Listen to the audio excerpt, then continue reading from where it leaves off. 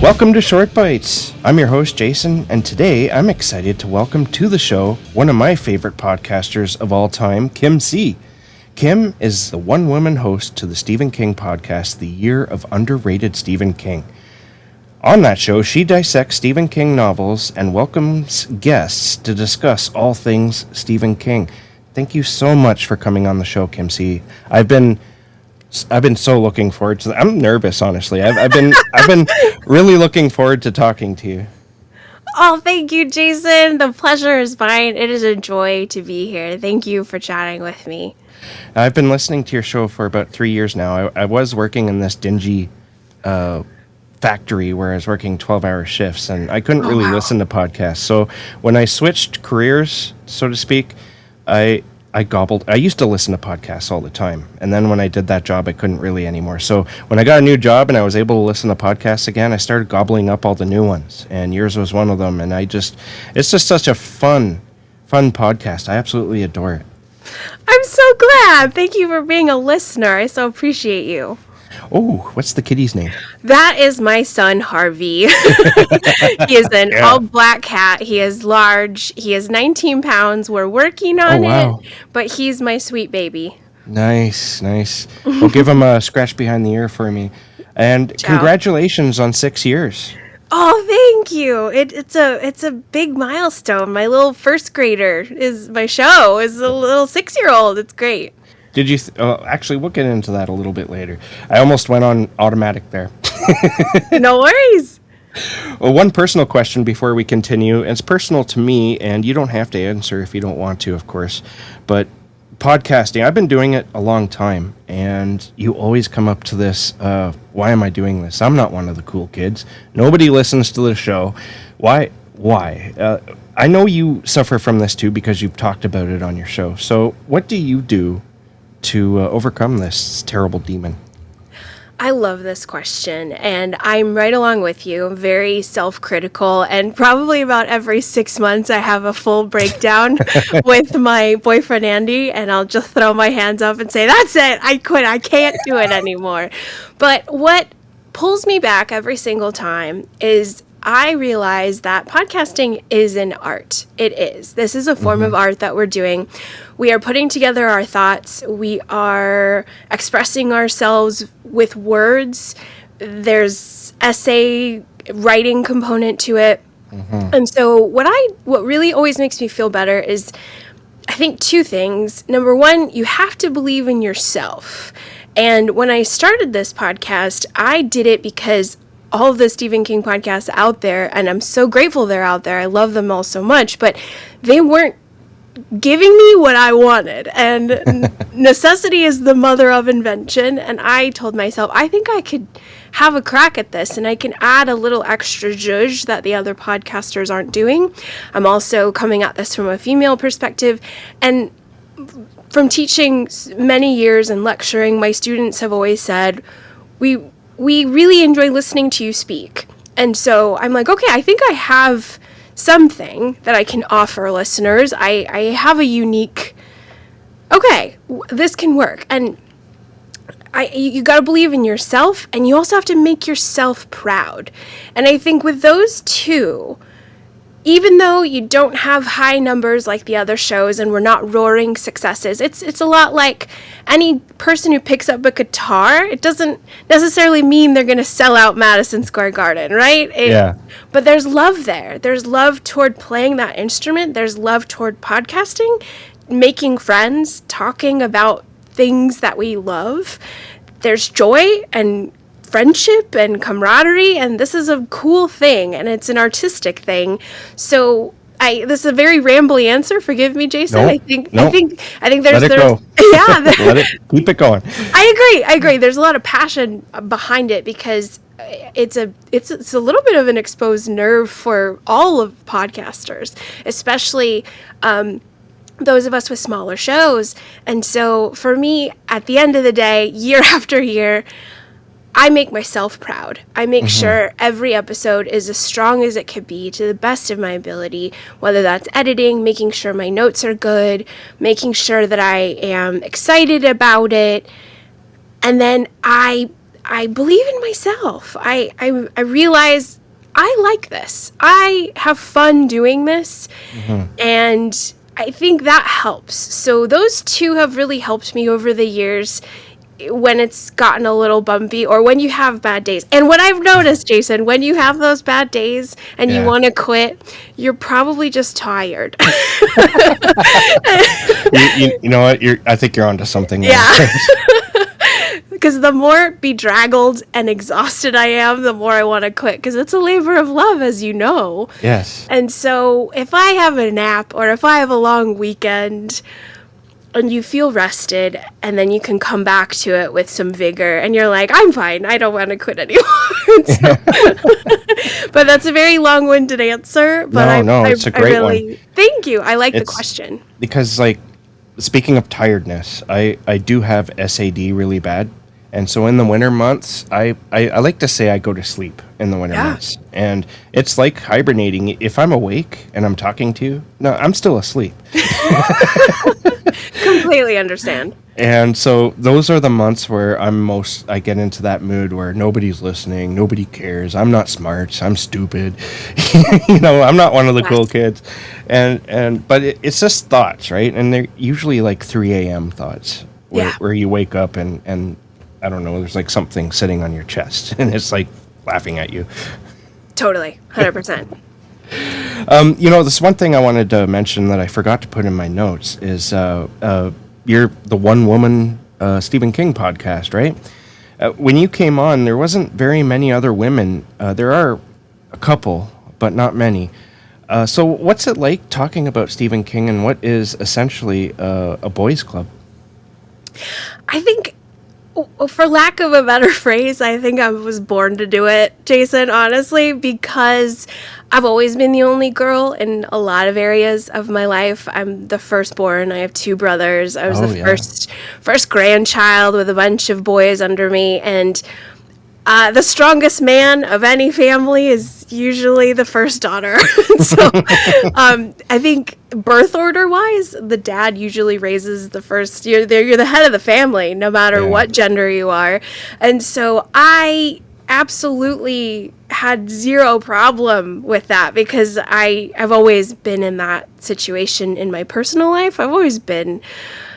There were so many male teachers around me and so many jobs, and so I never let it get to me in any way. I saw it as an opportunity, like, okay. Excellent, yeah, because I love it because that's one reason why I like your show so much. I like it's hard to explain because I guess the guys, they kind of focus a lot on the more horrific things, right? Yeah. But the girls go for the heart, and Yes. I used to love the horror and the nasty, but as I get older, I think I'm getting soft. Let's just face it. And stories like this that we're here to talk about today are essentially what I'm gravitating towards way more than I ever used to. When I first read The Last Rung on the Ladder, for example, it didn't even touch me at all. I was like, yeah, whatever. Flip the page. Oh, here's a good one, right? Now Right. I'm like, oh. You know what I mean? I can identify with that more, and I think the women tend to pick up on that a little bit more anyway. Accurate. You are very correct. I hope so. Yeah.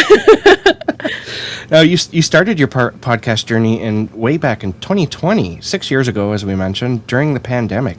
The title of your show is The Year of Underrated Stephen King. So that makes me think, I thought about this too when I first started listening to you. Was this meant only to go for 1 year and then you're going to maybe weigh your options or something?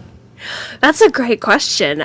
Probably at the time, I think I named it that because it was a way to force myself to do it. Like, this is the year. This is the year we're doing it. So it came from that sort of stance. Okay. Like, I'm I sticking my get it, flag yeah. in the ground. This year, 2020, it begins. But you're absolutely correct. I didn't think there was a plan. I just knew I had a lot of King books to cover, and I said, however many years or whenever anyone out there listens to the show in whatever year, that's the year. The year. This is the year, yeah. This is the year you're listening to underrated King content. Yeah, I love it. Yeah. You have an MFA for creative writing. So you're essentially an academic in literature. What was it about Stephen King that made you want to podcast about him specifically, which honestly is a great decision. But I've always been curious because I've read a lot of the classics and stuff you probably had to read. Not all of it. I probably haven't read as much as you. But I have dipped my toes into those ponds, especially lately. But I'm kind of veering off my question here. Did you ever consider doing a podcast before you started Stephen King on other literary topics? Yes, this is such a great question, Jason, because I don't think I've ever shared this, or I don't think anyone knows. So this is kind of a hot exclusive for you. Yeah, actually, because one of my favorite games that my fellow grad students and I would play, I know that they do this in other grad programs across the country loosely, but English majors, usually after classes at the end of the week when we're all at the bar, splitting our quarters to get whatever cheap crap we can.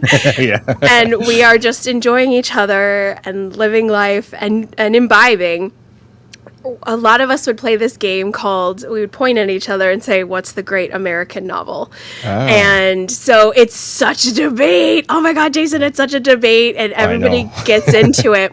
So I, at first, thought about doing a podcast about the great American novel and make your case. Like, we would look at the classics, we would look at the contenders for the great American novel, such as The Great Gatsby, To Kill a Mockingbird, Lonesome Dove, and duke it out and say, okay, is this the great American novel? Is this not? And I thought about it for a microsecond because my love of Stephen King was so huge right around 2016, 2017, 2018 when everything was percolating and I was just reading King, falling in love, falling deeply in love.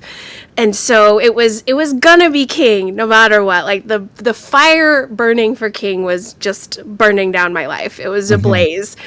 But in the back, a tiny little speck was, I could also do the great American novel. And one of these days, totally. It might happen. You never know. So I think it would be a fun one. I'm going to be the encourager here and say, please do it. Yeah. Like, maybe not now, but if you ever, reach the end of the year of underrated King, I would love to hear some of that, honestly. I'm so glad. I think I will because it'll definitely be a future project because I want to reread these books anyway for my own life, for my own enrichment. They're important. We need to keep reading them. We need to keep discussing them. And so I want to come at it in the fun kind of debate way. Like, is this the great American novel? Yeah, that's a really good idea. Are they all? I don't know. And so it might be fun. That's an awesome idea. I absolutely love it. I can't wait. I hope that you pursue that in the future. So, on that topic, we're going to just pretend, or not pretend, we can't do that. Stephen King aside, who are some of your favorite writers? They can be classics, they can be modern, it doesn't matter. It can be horror or non-horror, I don't care. Who do you like to read other than Stephen King? Why, yes. I love this question as well. So we were talking about the classics. So some of my favorite classics, the gal who just melts me heart and soul, Daphne du Maurier. She wrote, her most famous novel is Rebecca, which if you haven't read it, King references this in Bag of Bones. So if you're interested in a King connection, I highly recommend. But she writes gothic mystery novels that always have a little bit of romance, but the romance is dark and way ahead of her time. I love Daphne du Maurier. I love Bradbury. I love Steinbeck. I think that Steinbeck's really cinematic, very rich and deep. I have a lot more classic guys who I don't like, and I'll be really bratty about them, but those are some of my favorites. I don't have anything nice to say about Hemingway, so we'll skip over that. But anyway. From my understanding, he was a bit of a garbage person, too. So garbage, Jason. Garbage. You're 100% correct. And the thing is I just... okay. So Hemingway, really quick, his style is amazing. His writing style is really unique. It's sparse and bleak and short clip sentences. And a lot of men over the years have tried to emulate that. And so I had a lot of very ego-inflated dudes in my programs who are just in love with Hemingway, and so I associate, it's just a whole thing. But so I love a lot of the classics, but then when I need a palate cleanser from King, which is not often. I'm pretty much reading King every month, year after year after year. But I love thrillers, so I usually jump to Alex Michaelides. He only has about 3 novels, but amazing writer that has wonderful twists. And then I love Barbara Kingsolver. She is an Arizona author who writes really rich literary fiction, gorgeous prose. Of course, Toni Morrison is just a legend, poetic beauty. Her books are short, but they're very dense, and so you really have to take your time line by line. So when I really want to enrich my English major soul, that's who I'm reaching for. And then every now and again, I just need a good police procedural, so I like nice. Tana French, who's an Irish writer, and she does fantastic stuff with police procedural. That's very cool. Tons of dialogue if you're a dialogue fan and you want to see it done well. So those are some of my favorites. Ann Patchett, Ken Follett. I like a nice cinematic castle story. Yeah. I love Ken Follett. I think he does a great job with ensemble casts, and he does really fun historical fiction. So I could go on and on, but interspersed between all those names is Stephen King. Absolutely, yeah. You know what? There's a lot of favorites of mine in there too, especially like Steinbeck, Yeah. Bradbury, du Maurier. Yeah. I've only read one of her books. That was the one that you mentioned, Rebecca. That one is interesting book. Yeah. Right? So much interesting things going on in there.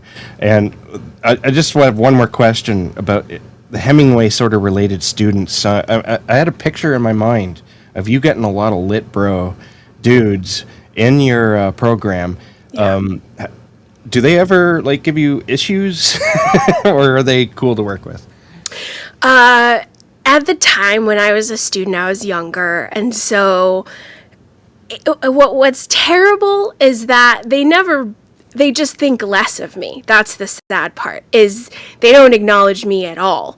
The only time they would is when we were doing workshop, and then they see your writing ability, and then it's for lack of a better phrase, excuse me, it is a pissing contest, and it's, pardon my crass expression, a dick measuring contest.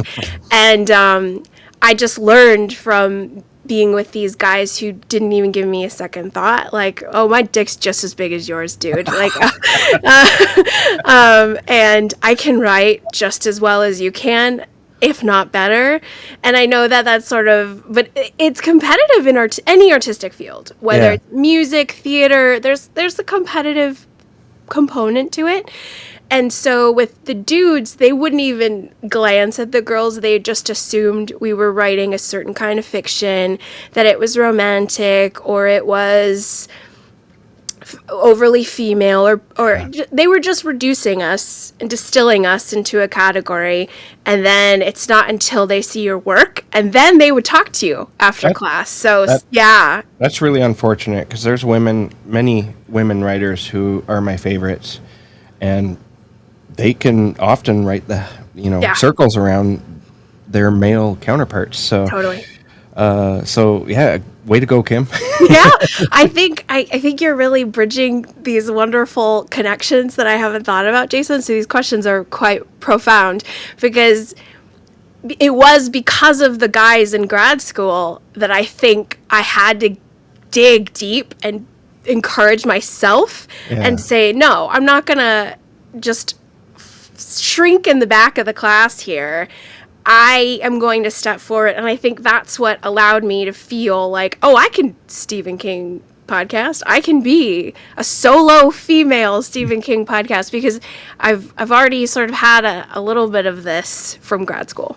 Yeah, and you've also had like some side eyes, as you say, from colleagues. Like when you talk about Stephen King, they're like, oh, yeah. Him. Right? But if I remember correctly, you have turned some people over to Stephen King, and they see what he, like, because Stephen King gets the bad rap that he's just I don't know what they think. He's a hack writer. He's just a bestseller. He puts words together, but they don't see the beauty of his writing. Correct. And the nuance. Correct. It's not until there's a King piece in the New Yorker, or when he really gets those Wall Street Journal reviews where they could see someone of immense caliber praising Stephen King and saying, hey, not only is this a very digestible fiction work, it's very accessible, but what we have is a profound storyteller. This is a man who understands fiction. Then they start to lean, but it takes, you gotta penetrate the snob wall, Jason, and it's very difficult. Yeah. So with all this in mind, what is the most rewarding aspect you've discovered in podcasting? Oh, bar none. Bar none. It's connecting with listeners. Anytime a listener has written into the show, just hearing their thoughts on King, hearing their personal histories with reading Stephen King, it is so wonderful. And making friends that love Stephen King as much as I do, to the point of nerdery. Like, we're nerds and we speak this language. Like, you can tell me one character name, and for the most part, statistically, I'm going to know who you're talking about. I'm going to know what you're referencing. And so it's this effortless connection with people. And that is precious, from all over the world. And I there's nothing better. There's nothing better. I completely agree. I've made some friends doing podcasts over the years, and it's rewarding just for that alone, honestly. Oh, yeah. But on the opposite end of the spectrum here, what are some of the unrewarding or negative aspects that grind your gears? Okay, I have two. So one of them, of course, as you know, it's the labor part of of producing the podcast. Like, it's hard sometimes. It's really hard, especially if you have technical difficulties, or if you're sick, or you feel like you are falling behind on a schedule and you got to feed the beast, and this one didn't get as many listeners, and you just start spiraling. So that's hard, and we all have to deal with that. But the other thing, and this is, I unfortunately, it has been all men, but we've got some tower junkies who aren't very kind to me, Jason. They're very few. I would say 99% of the tower junkies out there are the best, coolest people ever. So knowledgeable, so incredible. Unfortunately, there are 1% cuckoos. There are, in the words of King, the deep space cowboys who live, breathe, eat, sleep 24/7 Dark Tower, which is not healthy, everyone. And not healthy at all. Not healthy at all. And they are just ready to, they want to, their heart's in the right place, and they want to enrich my experience, and they want to help me get new insight, which I appreciate. But sometimes it comes across as like, I bet you didn't know, or a little mansplaining, and to where I'm like, okay, thank you. Well, actually. Yes, there you go. Perfectly said. Actually, now that you mention it, I disagree. I'm like, that's great. If I'm not on your same wavelength with my tower understanding, this is why a lot of my tower episodes, I just feel like I have to profusely apologize, because, and I don't feel most men have to do that. I don't mean to genderize it too much, but it is a thing. It is a thing. And so I feel like I constantly have to say, please give me grace out there, tower junkies. Like, please give me grace as I am reading it for the first time. I'm digesting it. I'm understanding it. And maybe my next read, I'll have a richer, deeper understanding like you. Just be patient with me, because a lot of them have been reading it maybe 20 years longer than I have, and they've read the series like 9 times, and so they have a real deep connection that it's like, okay, I'm not where you are, buddy. Yeah, and they forget that they have that deep you've only read it once, for God's sakes. Yeah. Did you receive any heat? Because I know you really loved the ending. I'm talking about the ending. You know what I'm talking about, right? Yeah. Like when we get to the tower type deal. Yeah. I loved it too, man. That blew me away. But it's really divided in the fandom, right? So did you get any heat for that at all? I didn't. Thank goodness. Knock on wood.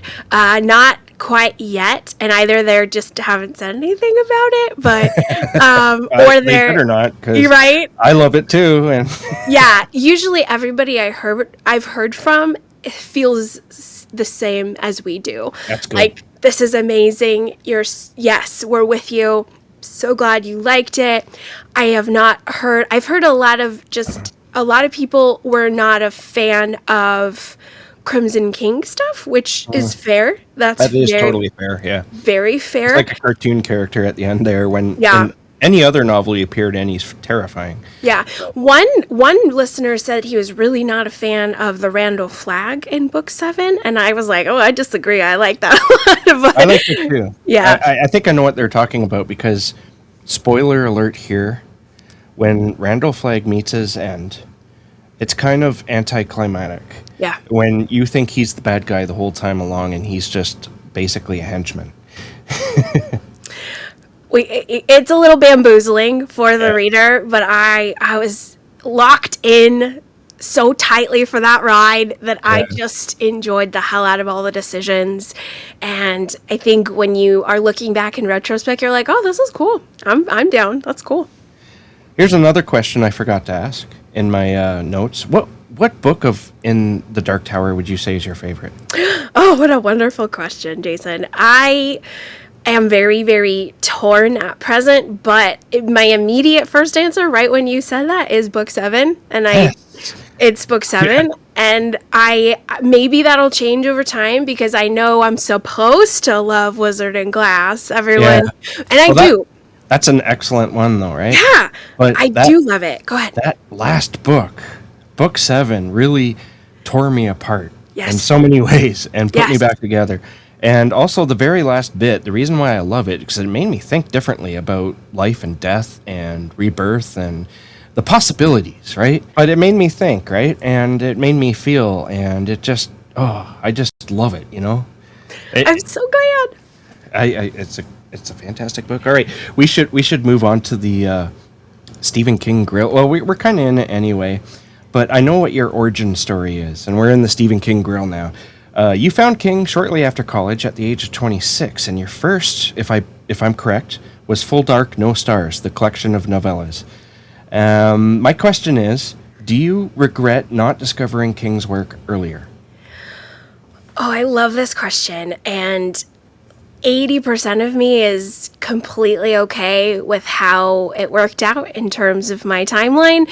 There's 20% where I sort of kick myself, but then I circle back and I'm thinking about Spider-Man a little bit. With great power comes great responsibility, and I would have mishandled it, Jason. If I would have read him early, I think I would have loved the stories, but I think there's a reason I found him later in life after grad school, and it was because my whole soul was like a patch of earth that was completely dry and raked over from too much school, just overload of burnout. Yeah. And I wanted to regrow and I wanted to plant seeds. And so King came along at a perfect time where I could grab on with all my knowledge from school and realize, oh, this is a genius. Like, this man is a genius storyteller. So had I read him earlier, I think it might have been lost. I think the magic and the passion, it would not have grown into the tree that it grew into. It might, I don't know if the seeds would have, for our plant metaphor here, I don't know if it would have been as fruitful. I think it was cause a wheel, and the wheel the wheel came right when it was supposed to. Yeah, I mean, your podcast might not have existed if you founded him 10 years earlier. The reason why I asked that, though, is because I came to King a little late, too. I started reading these weird little Vietnam War serial books. That's what I first started reading on. Then I moved from that on to Robert R. McCammon and Dean Koontz. Nice. And I read Dean and John Saul, and I read those for years. And then I went to Stephen King in my early 20s. So I don't know. I think I was afraid, honestly, because everyone said, "Oh, Stephen King's he's really dark, dude." You know, you read it, and you're lost in it forever, man. So I was afraid, but I finally went to him, and it was yes. So I know the late journey a little bit. Love it. Awesome. Since this podcast focuses mostly on the shorter works of Stephen King, do you have a favorite short story or novella by King? Oh, this is so hard, Jason. I have like 12 of each, which is not what you're asking. So That's fine. well, I'll tell you, this is a cool story. So I'm actually, when I have to boil it down to one, I always think about a story that's been on my mind lately. And that's usually one that I want to talk about. So I have so many favorites. I can't just pick one. However, I will share with you a story that I've been thinking about lately, and that's the gingerbread girl from Just After Sunset. That's a good one. It's so good, and I just love King's short stories. I know we'll probably expand on this here in a little bit, but I love that what he's doing with brevity, and so a lot of these stories, most of them end on a kind of, some can end on a cliffhanger, but some can kind of be a nice wrapped up thing. And I think with Gingerbread Girl, this woman's story, quick synopsis, she is a woman who loses her infant in sudden infant death syndrome, causes a divorce. She's paralyzed by grief. She moves to a new city. She's on the coast of Florida, and she just starts jogging a lot. She loses a ton of weight, and she's just trying to find a reason to stay on Earth, really. She's just at rock bottom, jogging every day. And then insert calamity, and there's a serial killer that gets his hands on her, and she's got to fight with everything she's got to make it. And it's just one of these stories that is thrilling, it's terrifying, but there's a lot of heart, and there's a lot of meditation on loss and staying alive after such brokenness.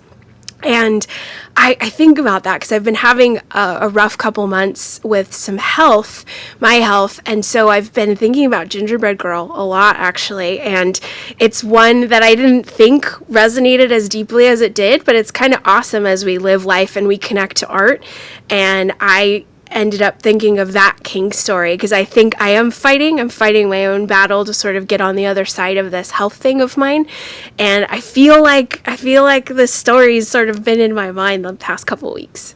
Yeah, that's a good one to have in your mind when you're going through some shit, because you need to fight, you need to keep going, right?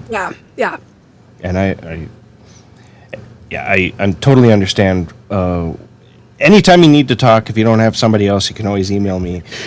I so appreciate you. So that's my favorite short story. And then novella, this is almost impossible, but gosh, if I had to pick one, like Russian roulette style, Low Men in Yellow Coats. Oh my God, I love that one. I know. Hearts in Atlantis. Yes. That one made me cry like a baby when I first read it. It's amazing. Yeah. It's amazing. There are so many gems. I mean, Reed Hayworth is right under that. Probably 1922 is right under that. The Body's in there somewhere. Like, there are so many bangers. There's so many gems, but like, if it's a Russian roulette moment, I'll pick Low Men. Oh man, I love that one. That's a great choice. Yeah. I haven't thought about that one in a few months. So thank you for that. Yeah. I absolutely adore that story. I need to reread it though. It's been a while. It's precious. I'm so glad you love it too. So I have a would you rather here. Would you rather? And now there's only been one person who sides on the same side as me on this. I've asked everyone this question, and everyone picks the one, not the other. So would you rather only read King novels or his shorter works, including his novellas, for the rest of your life? Oh, this is the most impossible choice, but it has to be the short stories. It does. Yes. Yeah. Yes, there's three of us now, so that's Yes. great. Yeah. The novels are amazing, but it's a set scope, right? And so if you've taken the journey as many again and again and again, and it's a well-worn trail, well, then everything's still in this tight box. But with the shorter works, with brevity, your imagination can hook on to so many other alternatives. The story can keep going. For example, one of my favorite little shorts, this is in Bazaar of Bad Dreams, it's called The Dune. Oh, I just read that. Yeah, The Dune is just fire, and it ends on a really awesome gut punch. I love that last sentence. So good. So good. And something like that where you're like, wow, what happened after that line? What happened the rest of that night? What did he do? And so as a fiction teacher, as a fiction writer myself, it's like, I like that. I think there's more nourishment in the shorts for the imagination. Absolutely. Man, I love your answers.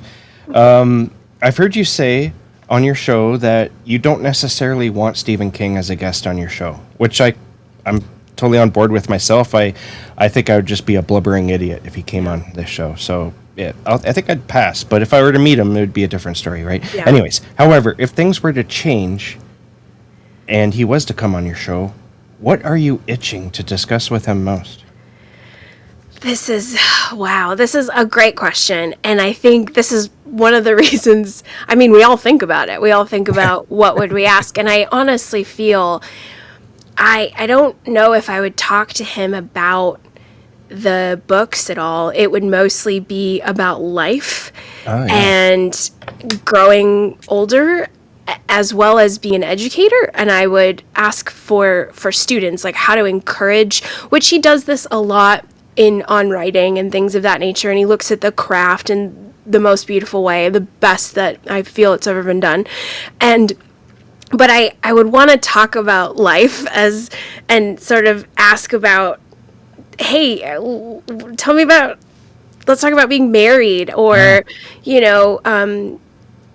deep things that he might not want to talk about, like addiction. Like, these are things that I would want to talk about, because I think that's where the heart of everything is. Because what's hard with Stephen King is everybody has asked the same questions in different ways for 50 years about where do you get your ideas, and why do you like horror, and like all of these things that he's answered a billion times. He's answered this question so many times. So I want to sort of get under that and talk about, like, how do you encourage somebody who thinks that they can't write. A person in my class who's a 60-year-old who's never written before, and XYZ or something like that. So I would want to ask about life, honestly, because I'm going to be 40 this year. I'm very grateful and excited about it. Getting older for women rocks. It's so great. Yeah. It is amazing. I mean, yeah, physical stuff, that's challenging. Your body's changing, all that crap. But the brain stuff, like the security, you're so much more on your own team. It's rad. I would want to ask about life and aging and art and maybe some of his favorites. It would be tough to not talk about the books. I would ask about desserts, like his favorite, because I know he's a cheesecake, like silly stuff like that. Like, for example, in a lot of the novels where they have a scene of food, like I know Stephen King, he's a red meat guy. There's always like a lot of hamburger meat in the books. And so I'd want to talk about, like, okay, was that something you ate that day when you write about food? Or is that just like a favorite that comes to mind? For example, like Lisi's story, she eats hamburger helper. And then in Do McKee, he like gets raw hamburger out of the fridge and he's trying to cook it. And this is in his manic stage and he's like eating it half raw and it's wild. So I would want to ask about food and silly stuff. This is why I can't have this power, Jason. I can't. I can't do it. I can't, because I would be just one of those chatty Cathy people at the bar that you're like, okay, nice to meet you, bye. Honestly, though, that might be fun, like, because like you said, everyone talks about the same stuff with Stephen King, and so it might be fun to hear like slices of life type stuff, right? Or slices of cake. 100%. We need to talk about desserts. We need some food talk. Yeah, and when you're talking about life with Stephen King, he has this amazing power of recording things and then displaying it on the page. I think that's why we connect with him so much, because we connect with his characters and what they're going through, what they're thinking. Yeah. And I would love to hear that conversation, especially if it was in conversation with his writing and how he records those in his brain and then translates it onto the page. I think that's a fascinating topic right there. And then adding in the desserts, it's just... that's icing on the cake. Right? And how his writing has changed over the years. I mean, we've got sobriety, we've got aging, we've got a lot of good stuff. And I think that I'm the kind of person who likes to deeply connect with someone, so I hope to make them comfortable enough to ask those deeper questions. Yeah. And so I don't know. I don't know if he would allow that. I don't know if he would hate that. And so some people don't like that vulnerability. I think he'd be okay with it. I think it would be fine. But who knows? I don't know. Yeah. Well, I guess we'll see someday, right? Maybe Right. not. Yeah. Now, this is one of my favorite questions to ask. It just hit me one day, and I don't even know where from. It was a weird question, but I think that's why I love it. So the question is, which King book do you think, or short story, doesn't matter, King book or short story, do you think would make the best, most ridiculous sitcom if adapted to that form? Oh, this is great. This is great. A sitcom. Honestly, I think Joyland is ready to be a film or a show, but we have the best setting ever, right? We're in Joyland. We're on this North Carolina beach in the late 60s, early 70s. So we've got great costumes, young, cool cast, mystery in the background of like what happened to Linda Gray. Yeah. And so that's I think we could go full Widow's Bay with it and make it darkly comic, maybe spooky. I would love that because it's such a visual feast of a King story. It's so rich. I love that book. That's probably the King book I've read most. Nice. I think that we're going like 4 or 5 times, maybe more, just because it's edited to perfection. It is the tightest story, and we just have the most gorgeous literary elements present. We've got amazing tropes of friendship and college summer and coming of age and falling in love and heartbreak and mystery. It's perfect. And so we got to do something with Joyland, Jason. Yeah, absolutely. I love that book. I read it for the first time 2 years ago, and that one had me weeping at the end too. Yes! God damn. It's like only Stephen King can really do this to me. Yes. I do. I love a Stephen King cry. I cried all over Book 7, which was earlier this year. I was a blubbering heap all over Book 7. Yeah. And then the last really hard King cry was The Answer Man, the short story from that one broke me in half happily. Absolutely. I was sobbing at my kitchen table. Time dissolved, hours went by, and I was just in it, wiping tears. Yeah. I love it. I'm so with you, or I'm so pro crying over King stories. Yeah, absolutely. And favorite The Answer Man's one of my favorites, and it's actually I'm going to be stapling onto this episode a list of my favorite melancholic but less horror Stephen King stories. And so that's where this question comes, and that story makes the list. So if listeners want to hear where that place is, you have to just stay tuned. So this next question, before we get into the last rung on the ladder, do you have favorite stories by Stephen King that are more melancholic and less horror? Stories like Last Rung on the Ladder or The Answer Man? I do. I would say that that's primarily what I love. The top of my list is always the more melancholic, leaning. Yes.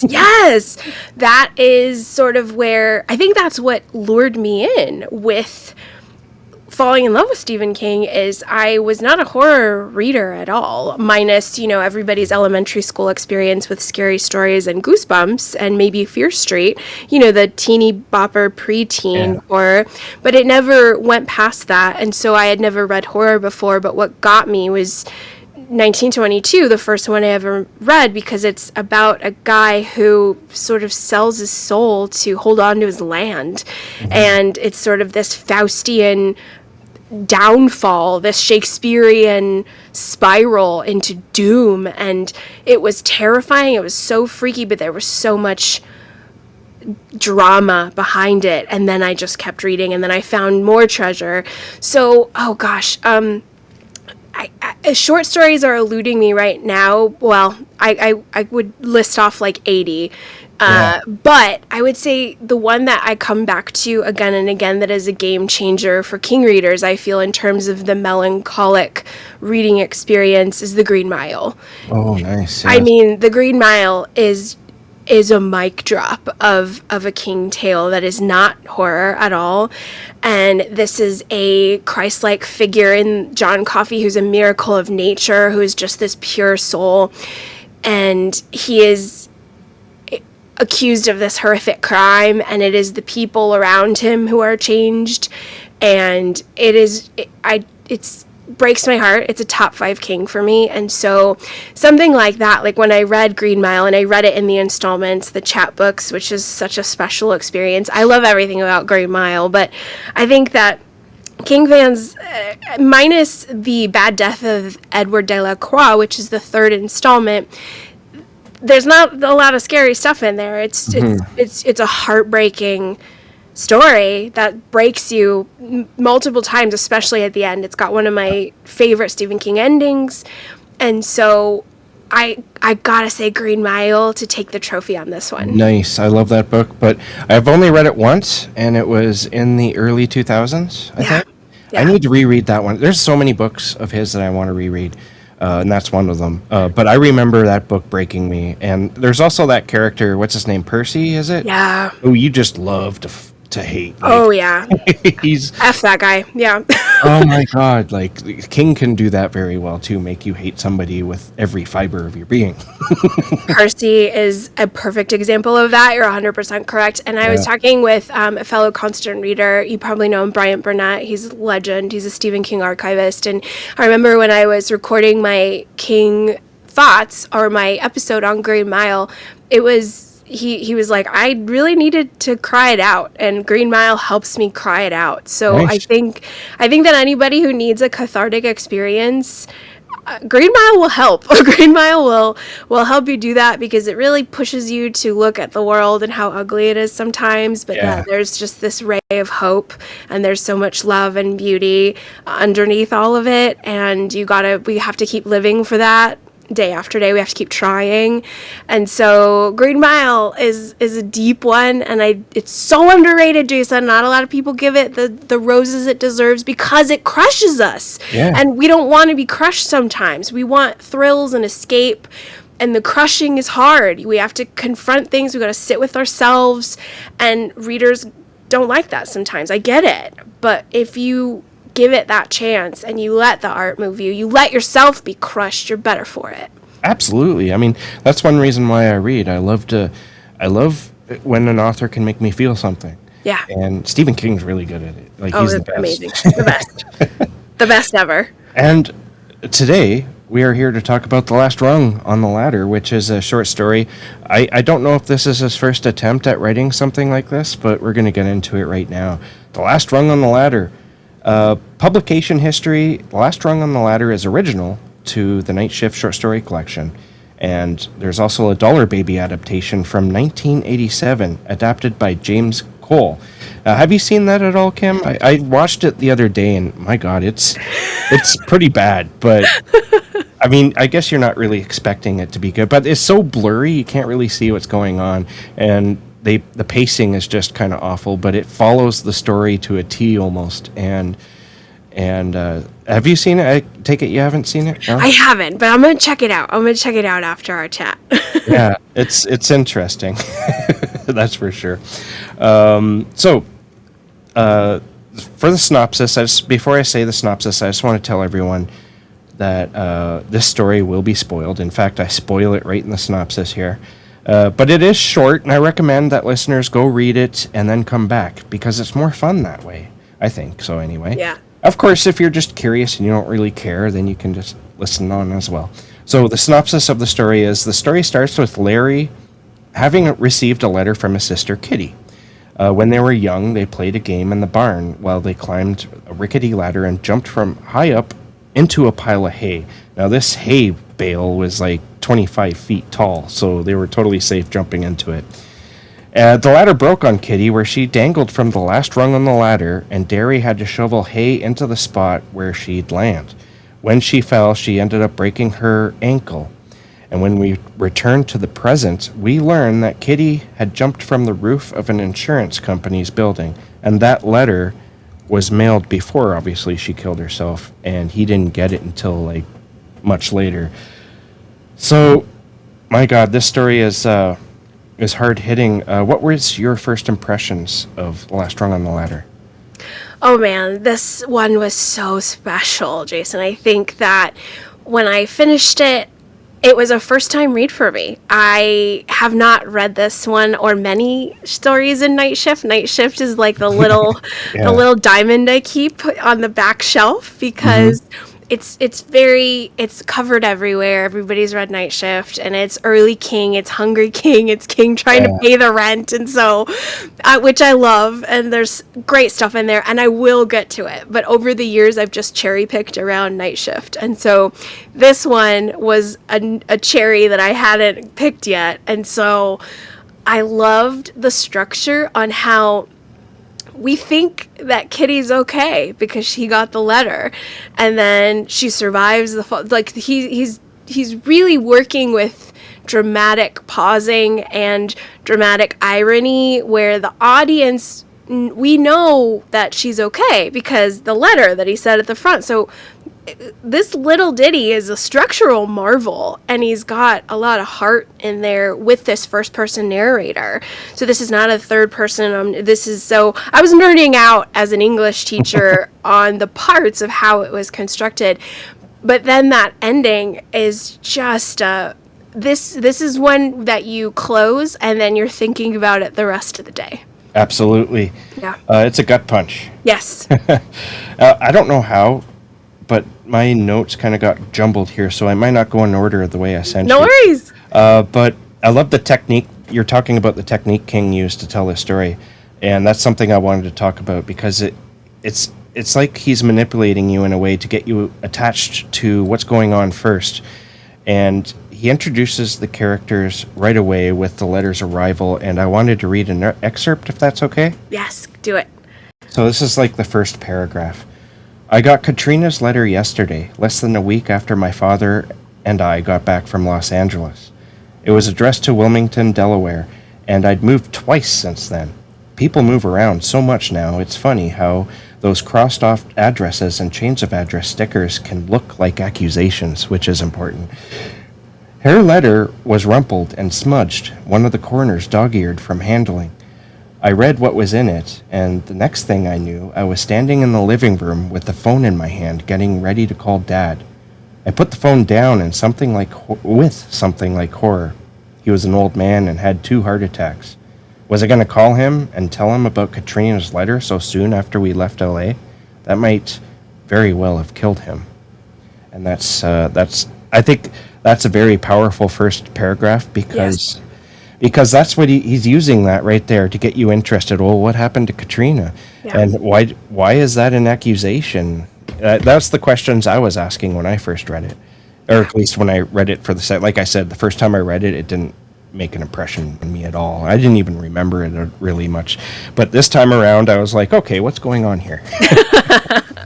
Yeah, you're absolutely right. It's setting up a timeline, and it's setting up character without dialogue quite yet. So we're getting all of these wonderful sensory details of this timeline. Okay, a week after we got back, I got her letter, and then it's really effective. There's a lot of strategy in this. It's very Absolutely, cool. yeah.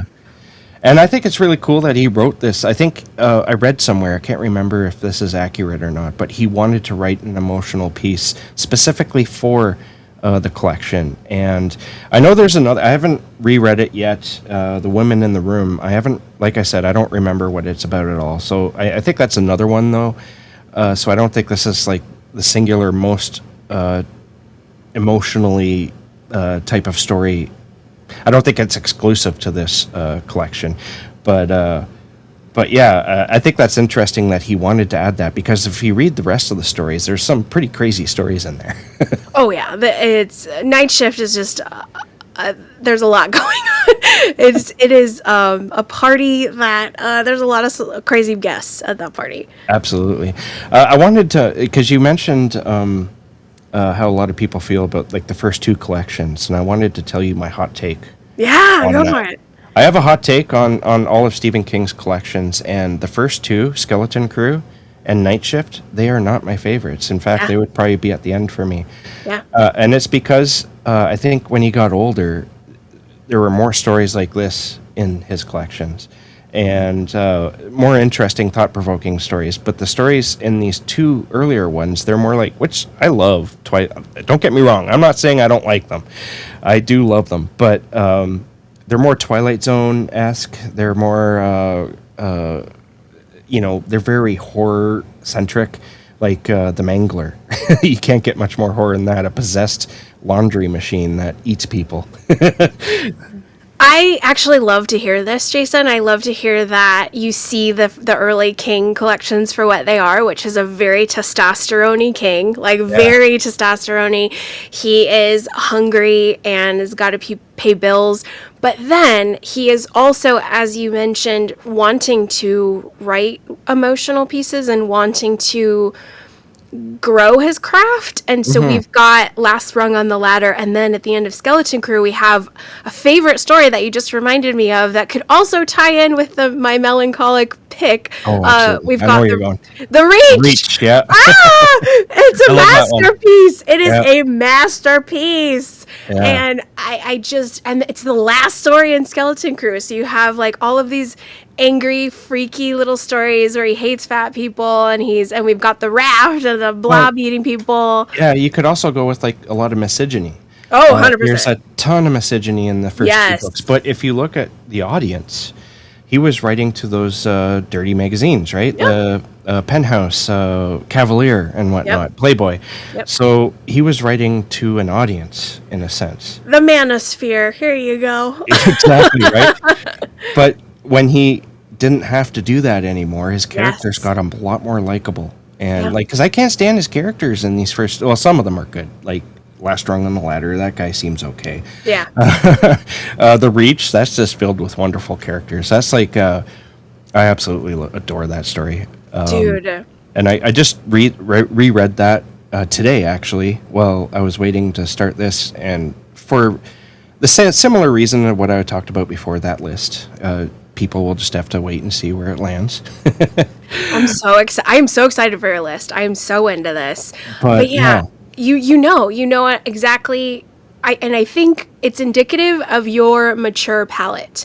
I think that everybody's free to like what they like, and that's awesome. If you like the Lovecraftian Twilight Zone horror stuff, that's totally fine. However, I also like that you mentioned, okay, my early 20s journey, that's where I was gravitating to. I was circling around that, and then you grow and you change, and you suddenly, the passing of time enhances you to look at art in a different way and allow it to change you. And now you're seeing the power of these King stories that aren't scary, or they are in like the horrors of life, the terrors of the terrors of this mortal coil. Yes. And I love that it's your maturing artistic palette. I love that, because that's what it is, right? Yeah. Stephen King's writing about the shit that we think about all the time, right? But he's making it into something beautiful and poetic. Yes. And I love that. And this is sort of this is sort of a beginning, I think, for him.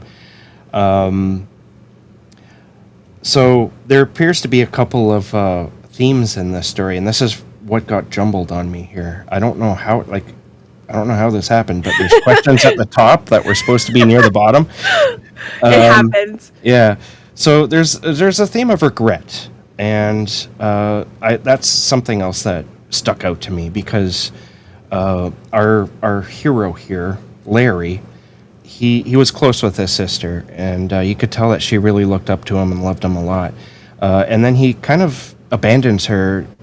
I mean, it's not that he's like, oh, I'm not going to talk to her anymore. Nothing like that. He was just caught up in his own life. He was going to law school, and when she first needed him, he was in law school. He couldn't just take a week and go away. And then when she needed him again, he was this first week or a month at a brand new firm or whatever, his first job, and he couldn't just take off for a week. And then she ends up jumping off a building. So that would leave a lot of regret. That would haunt somebody for the rest of their life, knowing that you could have helped them and that maybe they'd be alive if you were there when they needed you. And that's the gut punch right there. That's what got me. And Stephen King, nobody else writes like him in this sense, right? Like, nobody thinks of this stuff. but he does. Oh, totally. And this is a fascinating story about birth order, Jason. This is one that really looks at the firstborn and the secondborn and also gender roles because let me tell you, Jason, a firstborn daughter would have never allowed the family to break apart. We care too much. We feel because the first child is often seen by the parents sociologically. I don't have a ton of evidence for this, but some scholars believe that the first child is raised as a co-parent, which is why the first kids are always so bossy. We boss everybody around. We're the bossy ones because we often have to look after everybody. You got to set the example. While women, we're already nurturers biologically. And so we will put all of our energy that we're biologically supposed to give to our own children, well, we give that to our brothers and sisters and our parents and our family before we're able to have children. It's like sort of this, before I get too nerdy on that, but, and so, Larry, our big brother, he was a great big brother during childhood, and it seemed like they had the loss of their mother pretty early. Their dad seemed to be kind of a gruff fellow, and so he felt like, I got to take care of my little sister. But then once they got out on their own, he pursued his career and started to pay attention to the wrong things. And he sort of wanted, and I understand as the firstborn, there's such an immense amount of responsibility. Some firstborns let it go the first moment they can. Yeah. And they will go and live abroad overseas and you never hear from them. And it's like, that's the firstborn sometimes. And then there's others like myself who kind of hold the family together, not because we want to, but we feel like we're almost supposed to. And with Larry, he always answered her letters, Jason, which is something that King tells the reader. He's like, I didn't ignore my sister. I always answered her letters. I tried to get to them as quickly as I could, but she didn't become his first priority anymore because he was a grown guy. And I think that King is talking about making the wrong choices in life, having the wrong priorities in life. His stupid law firm career, yes, he was immensely successful at it, but then his sister's dead in You're never going to have her again. Right. There could be other law firms, right? 100%. And so he chose the wrong priorities. And I think that it's about choosing ego-inflating things over family. And families are messy. So they are very, very messy and hard. But as the oldest, it's like he was her everything. She let go when she was 8 from the hayloft, and she didn't even look down. This is such beautiful writing. Oh my God, yeah. Jason, this is such gorgeous details. King, she tells her brother, I didn't even look down. I just knew you were there. Yep. Like, the love and trust is so earth-shatteringly powerful with this brother-sister bond. And then for that to erode over time because the brother chose career over his sister. Yeah. I think it's just a stark warning of make sure you know where your priorities are in this life. I wonder if this goes into his own life because maybe, because he wrote it, he was doing pretty well when this collection came out. So yeah. I wonder if this was maybe an unconscious message to himself because he was prioritizing the writing career over family, and that was resulting in alcoholism and other drug uses. And so, it's an interesting tie-in to his real life that makes me wonder if there's something there. Oh, absolutely. Yeah. I mean, we have many years of where he was writing and using like a fiend. And I mean, you have your children growing up all around you, and I mean, this happens to most modern families. You blink and they're out of elementary school. You blink and they are graduating high school. And then they are out of your house. Yep. And it's like the time is so fleeting. And if you are, sadly, this modern digital age, we're so addicted to our devices. Our dopamine's all screwed up. We're very distracted. We're missing people in our life. We're missing these relationships because of what we're choosing. We're choosing the wrong things. Absolutely, yeah. That's why I love this story, because it hits, like, I think everybody can pull something away from this, right? Even Yeah. if you haven't experienced anything like this, you understand it. Yeah. Do you have any criticisms? Oh, this is a great question. Not at this time. I think the only criticism I have is I'm just hungry for a little more, but at the same time, I think the details we have are perfect. So I think giving us more would be a little indulgent. But one thing that's very powerful is he has this line about she was, the newspaper said, call girl jumps to her death. Yeah. So things got very, very bad for Kitty after her second divorce. And so I'm kind of wondering about that. Like, did Larry know that she had, because she was pretty vehement about never getting married again in letters over the years, but then that's a big leap to go from, okay, I'm just newly divorced twice to I am a sex worker. Yeah. And like that is a jump. And so I think for me, I was just hungry for a little bit more on that jump of Kitty's life. Like, what happened there? Obviously, there's most likely undiagnosed mental illness there, but that's a big jump. Like, economically, like, what happened? Could you have sent her some cash, Larry? Like, what happened? Exactly, right? Like you read these letters, I'm sure there was some like I'm hurting financially in some of them, right? Like, my rent's a little, I'm late on rent. Can you throw me a bone here? And Yeah. then, more question. But she was probably very stoic and dignified and didn't, who knows? Like, did she not want to worry him? So I'm hungry for a little bit more Kitty information. That's the only peccadillo I have, just because or was the newspaper publication wrong? Was she not a call girl? And was Yeah, that that could like be too, right? a false headline? We don't know. We know that happens, right? Yeah, 100%. Yeah, like it's been happening since the dawn of man. Like, just what do you think about Mary Magdalene? Bar none. Case closed. So it's Yeah. like one of these things. Yeah. I'm hungry for just a little bit more in that, but if I can't have it, I'm okay.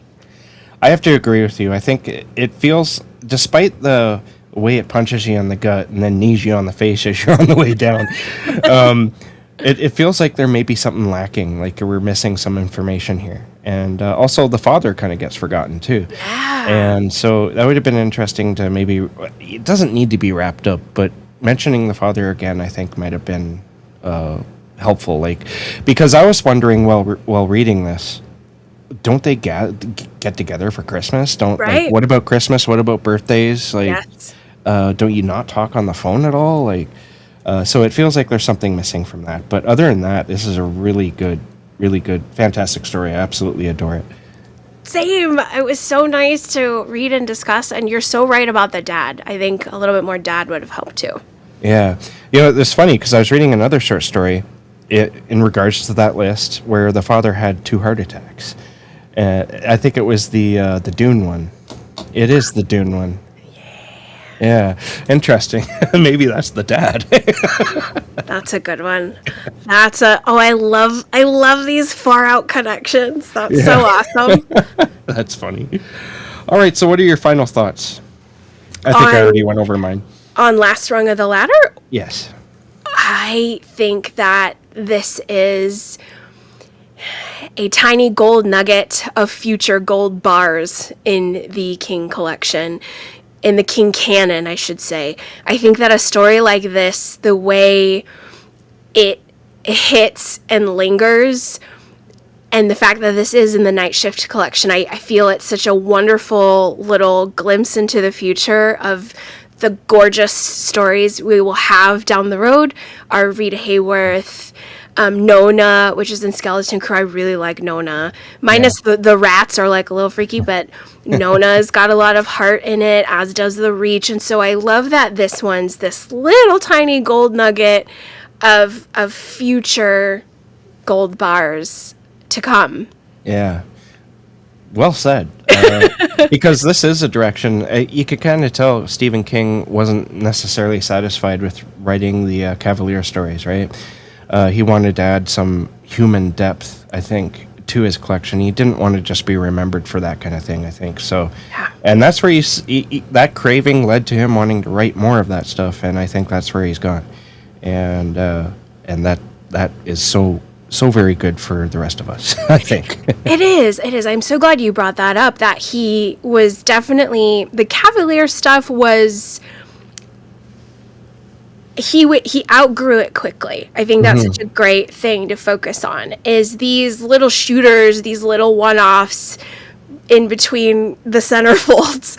I mean, it's like he was a born storyteller with such a talent for writing that he was definitely wanting to grow and heading in the direction of growth. Yeah. And that's what's so cool, is I think a lot of dudes might have stayed, other male writers would have stayed right where he is. Like, some people think like that's where Kuntz kind of stayed. Oh, for sure, yeah. Yeah, I shouldn't speak, I haven't read a lot of Kuntz, but like somebody who you figure out what works. Okay, people like this, let me give it to them 10,001 times in different clothes. Yeah.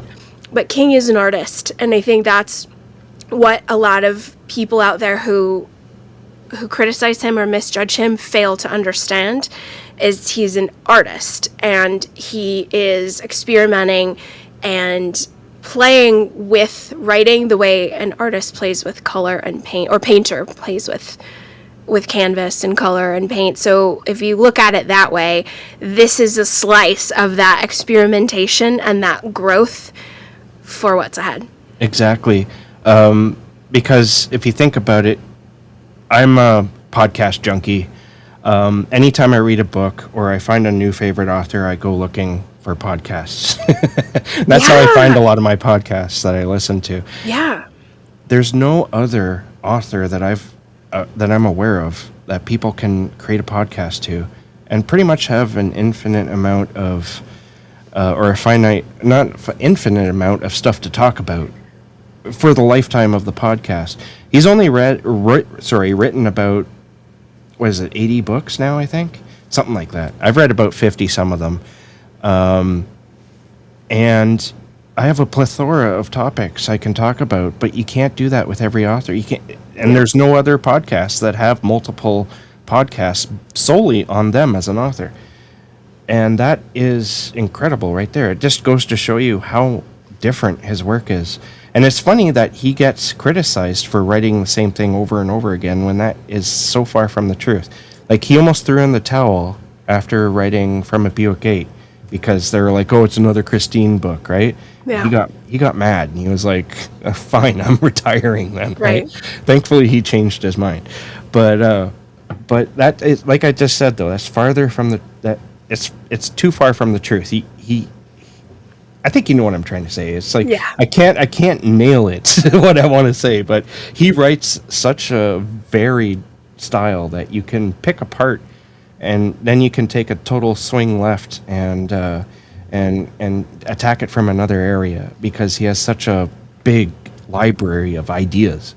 Totally. And not only is it just King's writing career over 50 years, like every decade is this wild treasure trove of time and his aging and getting sober and all of these artistic moments and experiments with short story, with novella, with with our female triplet, the triptych. I'm trying to be our trilogy. That's the T word I'm looking for.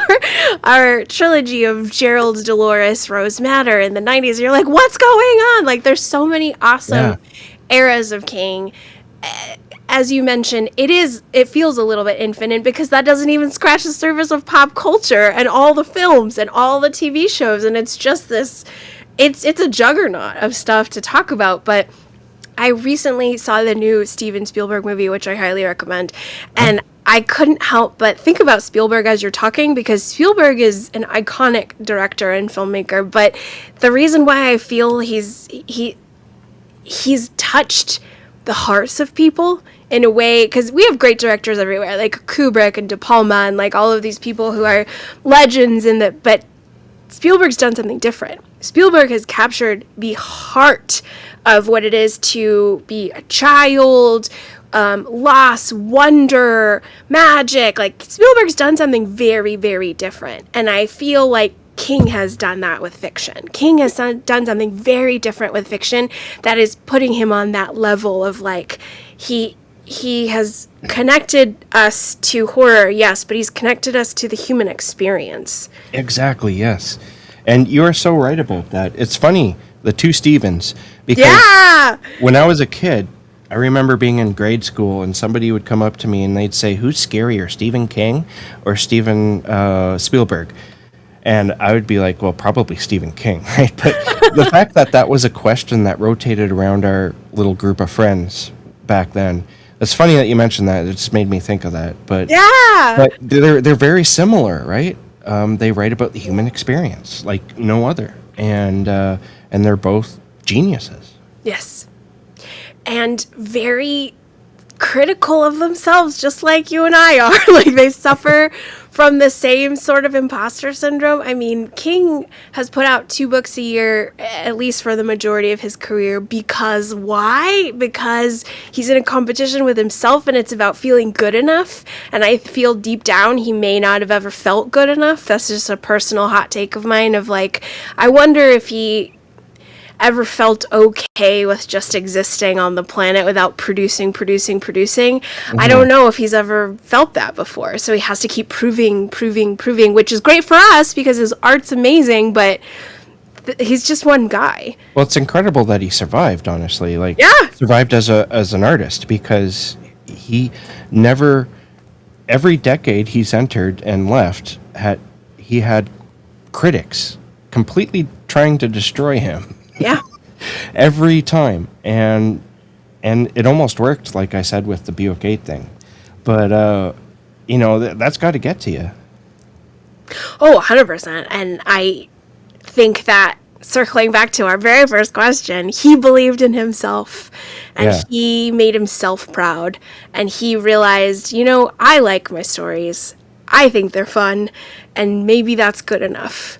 And they, of course, all found their readers, and we adore some are just tolerated or liked, but it's all wonderful because it's his art it's his truest, authentic self. And now, oh my God, Jason, now that we're going into the age of AI where everything is going to be a terrifying fabrication, knock on wood, I hope not, but I'm already seeing it in my classes, and it's a dark, dark thing.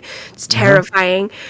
And now I feel like King's works will be treasured more than ever because now they're authentic and now they're real and now it's not fake. Yeah, I see it, honestly, in my other podcast, the Weird Reads podcast, because I get a lot of people wanting to come on the show, and oftentimes it's AI, and it's AI covers, AI. Well, I can't necessarily say with the writing, because once I see the AI cover, I'm not interested. Right. So, but I can only assume that maybe the writing is AI too. Yeah. And it's unfortunate, and scary, because what does this mean? Yeah. For the future, right? Yeah. How as a writer, how are you going to define yourself as not AI? Yeah.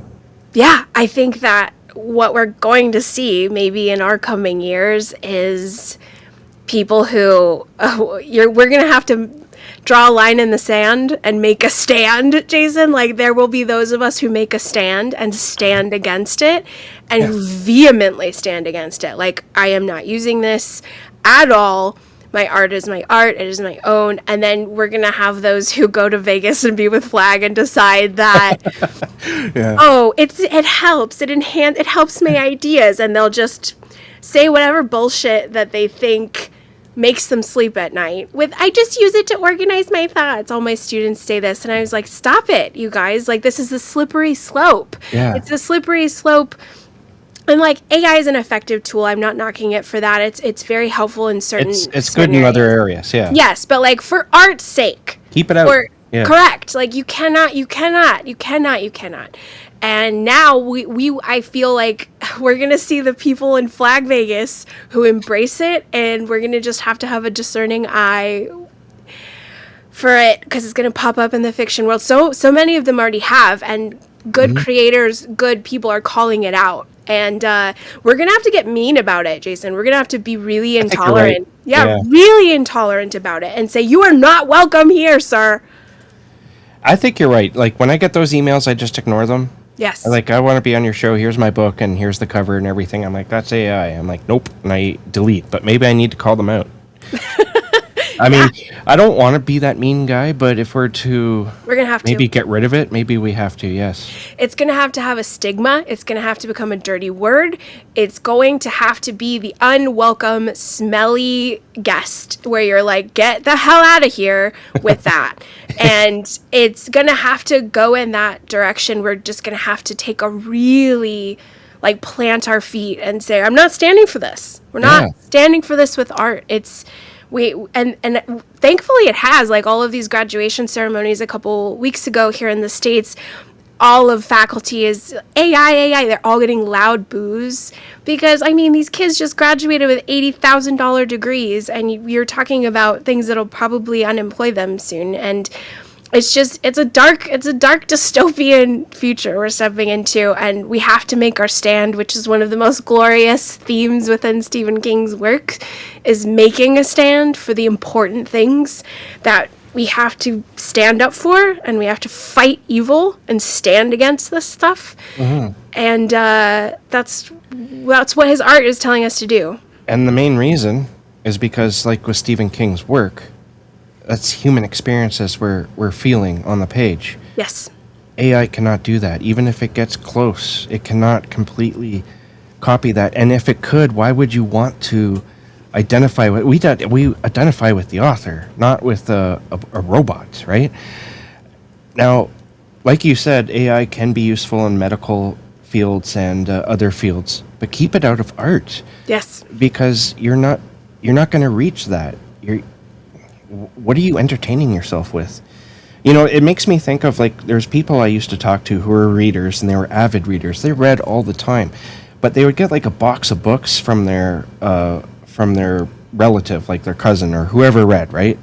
And they'd get a box of books, and they'd read through those box of books. They were often romance books, and so I'd be like watching them do this. I was working with them. That's how I knew this, right? I'd be like, "What's your favorite author?" Like, just wanting to chat about it because I love reading too, right? And they'd be like, "Oh, I don't really have a favorite author." That floored me. I was like, "What? You don't have? You just?" She's like, "No, I just read the books that I get, and I don't really care about the author." And I'm like, "Oh my god!" And that's what I think the AI reader would be. They're just entertaining themselves. Wrapping my head around AI and why you would want to read it confuses me just as much as that confuses me. Yeah. Because I think we're trying to find a connection here, right? I mean, yes. that's what this is about. And often, this stuff is going to ruin it. Yeah. You can read your box of books all you want, but keep the eye out of that too. You know, like 100%. And so I love what you said. And I think to add to that, what we need to do more, because I think the reason why we have so many, especially young authors, gravitating toward AI is they're so insecure, Jason. They're so scared. They feel like they can't do it. And then they allow AI. It's like a drug, man. It's a slippery little door that they head into, and they're like, "Oh, I just want to like brainstorm," and then they type, and then it will spiral. It'll spin out of control. It'll snowball. And so I feel like now more than ever, like, I'm an encouraging person and I'm a positive person, and my Stephen King podcast is a positive podcast. I'm not here to knock King. I know a lot of them do, and that's fine. Criticism is valid, but like I try and let's look at what's good here, guys. Yeah, me too. Yeah, and so I just feel like we have to encourage being brave and making art and trying more than ever before. Yeah, it's just like, just write. Yes, just try. Write. Because that's what it's about. That's what it's always been about. You don't need a computer to help you. Just write. Get your feelings and your thoughts on paper and take it from there. That's all you need. And I bet you now we're heading into an age where I would rather read the most grammatically terrible, spelling, garbage, messy draft ever, knowing it was authentically yours. Yes. Than AI puke. Yeah, absolutely. I couldn't agree with you more. I absolutely, I really loved our conversation here. Oh, I'm so happy. Me too, Jason. I want to thank you so much for coming on the show. Please feel free to plug anything you want here. All right. Once more, thank you. This was such a joy. I so appreciate your time, and I so appreciate you as a podcaster. I know it's a labor of love, and it's hard, but I would love to throw logs on your fire. Keep Well, thank you. because we need good podcasters out there. We need good king people out there with great perspectives. So keep going. And I'm so thrilled to have you. And I would love to personally invite you to be a constant reader interview on the Year of Underrated Stephen King if you would like. I would love to if you're willing to have me. I just want to make sure that you know that wasn't the intention at all. No. I would have been totally fine if you never asked. But if you want me on the show, I'd love to. That is so sweet. I would not have asked if I didn't think you were rad. Because Well, thank you. I talk with people sometimes and I'm like, you are not cool enough. And it's just, we'll have a conversation. Like my early constant reader interviews when I was a baby podcaster, I was just trying to crack eggs. And yeah, I was like, you are not the constant reader that I enjoy. Oh, yeah. And so, no, I don't ask if I don't vibe. And so I well, think, Okay, yeah, sure. yeah, I think we've made a lovely vibe. You're my people. So it would be a joy to hear your constant reader answers. Awesome. Yeah, you know what? I love those questions. I mean, I've heard them a lot, right? Yeah. So, yeah, that would be great, honestly. Awesome. I will be in touch there. But to answer your question, The Year of Underrated Stephen King is on Spotify and anywhere else you can get your podcast. I am going on a month-by-month basis. So if you haven't heard me do any stuff in a while, it's coming. I promise. This 2026 is a slower King year. I think 2025 was a bop. Everything was happening. We had so much content and stuff to cover, which was a joy. And so I'm catching my breath, catching up on things, and trying to get my health on track here. So 2026 has slowed down a little bit, but I have the Year of Underrated Stephen King and also the Patreon, The Dance Macabre with Kim C, where I take a look at short King fiction, Stephen King female, Stephen King on film. So it's like an extra little free space. It's awesome there. I am a member. I love it. It's very cheap. Like seriously, people go sign up for that. It's like it was like $4 and something or $5, and then you lowered it to like $2. And I did. And I was like, wow, okay. I mean, you put a lot of stuff up there too.